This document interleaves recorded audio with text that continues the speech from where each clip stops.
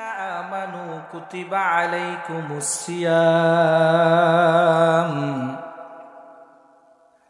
كما كتب على الذين من قبلكم لعلكم تتقون আল্লাহ পাক রব্বুল আলামিন বলেন ইয়া আইয়ুহাল্লাযীনা আমানু কুতিবা আলাইকুমুস সিয়াম ও ঈমানদারগণ তোমাদের উপর রমজানের রোজা ফরজ করে দেওয়া হয়েছে কুতিবা আলাইকুমুস সিয়াম কামা কুতিবা আলাল্লাযীনা মিন ক্বাবলিকুম লাআল্লাকুম তাত্তাকুন ও ঈমানদারেরা তোমাদের উপর রমজানের রোজা ফরজ করে দেওয়া হয়েছে যেমন ভাবে পূর্ববর্তীদের উপর ফরজ করা হয়েছিল ও ঈমানদার লাআল্লাকুম তাত্তাকুন যেন তোমরা পরিপূর্ণ মুত্তাকিন হয়ে যাইতে পারো।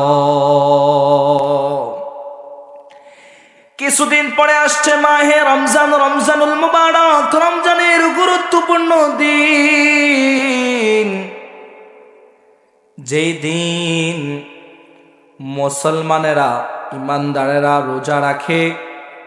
ঈমানদারদের খুশির দিন মাহে রমজান, খুশির মাস রমজানুল মুবারক। এই যে মাস আসছে মাহে রমজান, রমজানের গুরুত্বপূর্ণ দিনগুলো আমাদের মাঝে আসছে কিছুদিন পরেই। এই জন্য রব্বে কারীম আয়াত নাযিল করে দিয়ে জানা দিলেন ও বান্দা ও বান্দি তোমাদের উপর রমজানের রোজাগুলা ফরজ করে দিলাম, তোমরা রমজানের রোজাগুলি রাখবে।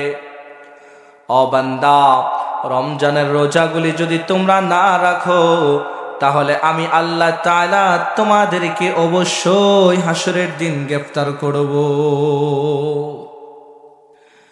নবী করিম সাল্লাল্লাহু আলাইহি ওয়াসাল্লাম বলেন, হাদিসের মধ্যে আসছে আল্লাহর হাবিব সাল্লাল্লাহু আলাইহি ওয়াসাল্লাম স্বপ্ন দেখতেছেন, স্বপ্ন দেখতেছেন নবী করিম সাল্লাল্লাহু আলাইহি ওয়াসাল্লাম ঘুমিয়ে আছেন।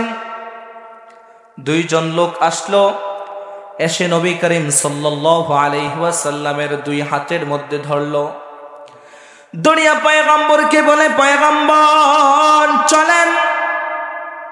আল্লাহর নবী সাল্লাল্লাহু আলাইহি ওয়াসাল্লাম স্বপ্ন যুগের মধ্যে তাদের সাথে চলে গেলেন। যাইতে যাইতে যাইতে যাইতে দুই সাইডে দুইজন ধরে নবী করিম সাল্লাল্লাহু আলাইহি ওয়াসাল্লামকে নিয়ে যাচ্ছেন। আল্লাহর হাবিব সাল্লাল্লাহু আলাইহি ওয়াসাল্লাম যাইতেছেন, যাইতে যাইতে একদম অনেক গভীর একটা জায়গার মধ্যে গেলেন। যাওয়ার পর দেখতেছে একটা পাহাড় দেখা যায়। নবী করিম সাল্লাল্লাহু আলাইহি ওয়াসাল্লামকে দুইজন লোক বলতেছে ইয়া রাসূলুল্লাহ, ইয়া হাবিবাল্লাহ, পয়গম্বর এই যে পাহাড়ের মধ্যে উঠেন। নবী করিম সাল্লাল্লাহু আলাইহি সাল্লাম বলেন না না, এই পাহাড়ের মধ্যে উঠা যাবে না, আমি উঠব না। অনেকবার বললেন যে ইয়া রাসূলুল্লাহ, ইয়া হাবিবাল্লাহ, পাহাড়ের মধ্যে উঠেন, আমরা আপনাকে হেল্প করব, আপনি উঠেন। নবী করিম সাল্লাল্লাহু আলাইহি ওয়াসাল্লাম ওই দুইজনকে সঙ্গে লইয়া পাহাড়ের মধ্যে উঠলেন। পাহাড়ের মধ্যখান যখন গেলেন, যাওয়ার পর দেখতেছি ভয়ঙ্কর আওয়াজ শোনা যায়। নবী করিম সাল্লাল্লাহু আলাইহি ওয়াসাল্লাম জিজ্ঞাসা করলেন, এরা কারা, এদের কেন এত কঠিন আওয়াজ, এত ভয়ঙ্কর আওয়াজ হয়?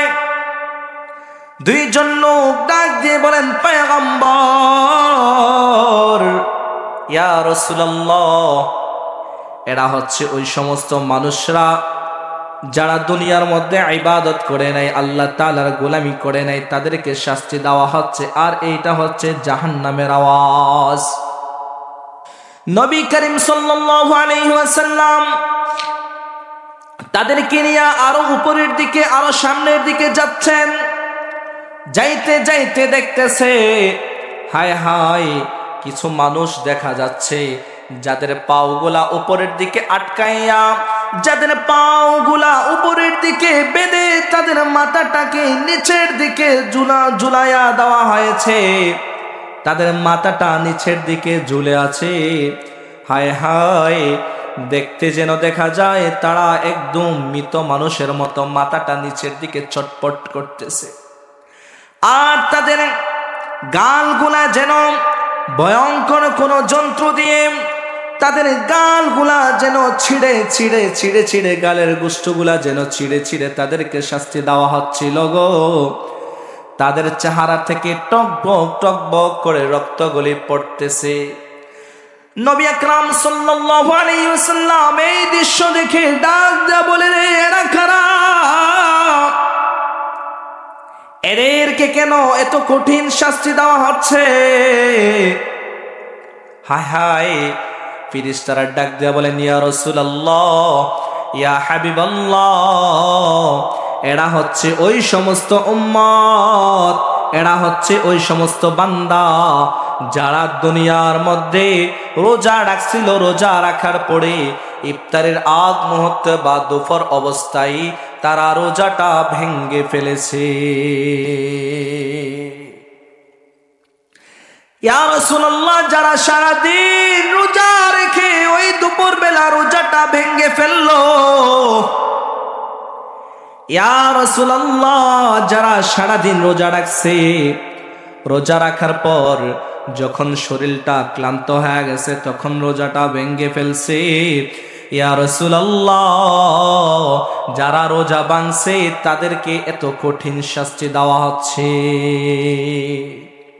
বাপ, চিন্তার বিষয়। যারা রোজা ভেঙে ফেলছে, রোজাগুলা ভেঙে ফেলছে, রোজাগুলা রাখতে পারে নাই শেষ পর্যন্ত, তাদেরকে এত কঠিন ভাবে শাস্তি দেওয়া হচ্ছে। তাদের পাগুলা উপরের দিকে আটকা, মাথাটাকে নিচের দিকে ছেড়ে দিছে, আর তাদের শরীরের চেহারা, মুখের, গালের চামড়াগুলা খসে খসে অস্ত্র দিয়ে যেন তাদের চামড়াগুলা সরায় দিচ্ছে, তাজা রক্তগুলা যেন টকবক করে পড়ছে। এত কঠিন শাস্তি শুধু রোজা ভাঙার জন্য। আর আমরা যারা এই রমজান আসার পরেও কত মানুষ সমাজের মধ্যে দেখা যাবে যে যারা রোজা রাখে না, রাস্তা দিয়ে যখন যাই তখনও দেখা যায় রাস্তার ডাইনে বামে বিভিন্ন দোকানের মধ্যে পর্দা দিয়া কত মানুষ খায়, কত মানুষ দিনের দুপুর বেলা রমজান মাসে খানার মধ্যে লিপ্ত। হায় হায়, এত রমজান, এত বড়, এত দামি একটা মাস, রমজানুল মুবারক রমজান। এই রমজান মাস আসার পরেও কত মানুষ বিভিন্ন দোকানপাটে গিয়া দিনের বেলা খায়, রোজা রাখে না। কত মানুষ যাদের দুইটা হাত সুন্দর মতে আছে, যাদের দুইটা পাও সুন্দর মতে আছে, একদম যুবক, একদম রোজা রাখার ক্ষমতা আছে, এমন এমন মানুষগুলা পর্যন্ত রমজান মাসে রোজা রাখে না। তারা রমজান মাসে দিনের বেলা তারা পানাহার করে খাবার খায়। আল্লাহ তাআলার কাছে কি জবাব দেব আমরা? অবশ্যই আল্লাহ তাআলার কাছে জবাব দিতে হবে। রমজানের রোজা যদি আমরা না রাখি, আল্লাহ তাআলা আমাদেরকে গ্রেফতার করবেন। আমরা আল্লাহ তাআলার কাছে দাঁড়াতে হবে, জবাব দিতে হবে। আল্লাহ তাআলা জিজ্ঞাসা করবেন, এ বান্দা কেন রোজা রাখো নাই? এ বান্দা তোমাকে আমি হাত দেই নাই? বান্দা তোমাকে আমি পাও দেই নাই? বান্দা তোমাকে আমি চক্ষু দেই নাই? বান্দা তুমি কি আমার হাত দেওয়া নিয়ামত গ্রহণ করো নাই? বান্দা তোমাকে আমি চোখ দিছি, চোখ দিয়ে কি দেখো নাই? বান্দা কান দিছি, কান দিয়ে কি শোনো নাই? বান্দা তোমাকে আমি মেধা দিছি, যেই মেধা দিয়ে তুমি চিন্তা করছো। বান্দা এরপরেও তুমি রমজানের রোজাগুলা রাখো নাই বান্দা? আল্লাহ তাআলা জিজ্ঞাসা করবেন, আল্লাহ তাআলা ধরবেন, বান্দা কি অপরাধ করছো? বান্দা কি অপরাধ করছো? আসো, আমি আল্লাহ তাআলার দিকে ফিরে আসো।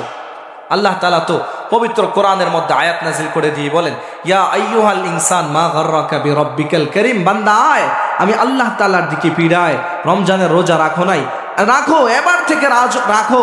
যত গুনাহ করেছো সমস্ত গুনাহগুলি তুমি মাথায় লইয়া, তুমি গুনার বোঝা মাথায় লইয়া আমি আল্লাহ তাআলার কাছে চাও, আমি আল্লাহ তাআলা তোমাকে ক্ষমা করে দিব। কিন্তু আমাদের মধ্যে তো নাই, আমরা তো এতদিন নামাজ পড়ি নাই, এখন আমাদের মাঝে রমজান আসছে, এখন আমরা নামাজ পড়তেছি না। এই রমজান মাস কয়েকদিন পর আসার পরেও দেখা যাবে কত ভাই, কত বোন, কত বাবারা নামাজ পড়বে না, কত বাবারা রোজা রাখবে না। তাদের দিনগুলা যেন বাকি দিনগুলোর মতোই যেন কেটে যাবে, তাদের দিনগুলা যেন বাকি দিনগুলোর মতোই চলে যাবে। তারা আগের মতোই করে তারা নামাজ ছেড়ে দিবে, রোজা ছেড়ে দিবে। এই যে এই রমজান মাস এত দামি একটা মাস, এত গুরুত্বপূর্ণ একটা মাস, তাদের কাছে এই মাসটা এত গুরুত্বপূর্ণ মনে হবে না। নবী করিম সাল্লাল্লাহু আলাইহি ওয়াসাল্লাম বলেন, যেই সমস্ত মানুষেরা, আমার যে সমস্ত উম্মতেরা দুনিয়ার মধ্যে রমজান মাস পেয়েছে, রমজান মাস পাওয়ার পরেও যারা তাদের গুনাহগুলি মাপ নিতে পারে নাই, তারা যেন ধ্বংস হয়ে যাক। নবী করিম সাল্লাল্লাহু আলাইহি ওয়াসাল্লাম এই যারা রমজান মাস পাওয়ার পরেও রোজা রাখে নাই, যারা রমজান মাস পাওয়ার পরেও রমজানের মাস পাইও তাদের গুনাহগুলি মাফ নিতে পারে নাই, নবী করিম সাল্লাল্লাহু আলাইহি ওয়াসাল্লাম বলেন তারা ধ্বংস হয়ে যাক। এত কঠিন কথা বলা হয়েছে। এর তো আসছে মাহে রমজান, এই রমজান মাস এসে আমাদেরকে অনেক কিছু শিক্ষা দিবে, আমরা রমজান মাস থেকে অনেক কিছু শিখব। এই রমজান মাস যখন আমাদের মধ্যে চলে আসবে, রমজান মাস পাওয়ার পরে আমরা রমজান মাস সারাদিন রোজা রাখবো, সারাদিন আল্লাহ তাআলার কাছে হাজিরা দেব, আল্লাহ আপনার জন্য রোজা রাখলাম। রব্বে কারীম সারাদিন বান্দার দিকে তাকায় থাকবেন, আর দেখবেন আল্লাহ তাআলার ভয়ে তার বান্দা খাবার খায় না, আল্লাহ তাআলার ভয়ে তার বান্দা গালি দেয় না, আল্লাহ তাআলার ভয়ে তার বান্দা নামাজ ছাড়ে না, আল্লাহ তাআলার ভয়ে তার বান্দা স্ত্রীর কাছে যায় না। হায় হায়, আল্লাহ তাআলার বান্দা আল্লাহকে কত ভালোবাসছেন, আল্লাহ তাআলাকে কত কাছে পাওয়ার জন্য আল্লাহ তাআলার রমজান মাস যে দিছেন, রমজান মাসের রোজাগুলি রাখতেছেন। শুধু তাই নয়, ও বান্দা, ওই বান্দা সকালবেলা ভোর রাত্রি যখন সেহরি খায়, খাবার খায়, তখনও বান্দা আল্লাহ তাআলার দিকে তাকায় থাকে। আল্লাহ তাআলা বলছেন, ও বান্দা, সেহরি খানার নির্দিষ্ট একটা সময় আছে, ও বান্দা তুমি এই সেহরি খানার যে সময়, এর সময়ের মধ্যে তুমি সেহরি খেয়ে শেষ করতে হবে, তারপর তুমি চাইলেও খাইতে পারবা না। আল্লাহর বান্দা কত ভয় করে আল্লাহকে, আল্লাহ তাআলাকে কত ভয় করে। আল্লাহর বান্দা সেহরি খায়, খাবার খায়, কিন্তু যখনই মসজিদের মধ্যে এলান হয়ে যায় সেহরি খানার সময় শেষ হয়ে গেছে, তখন আল্লাহর বান্দা খাবার গুলা বন্ধ করে দে।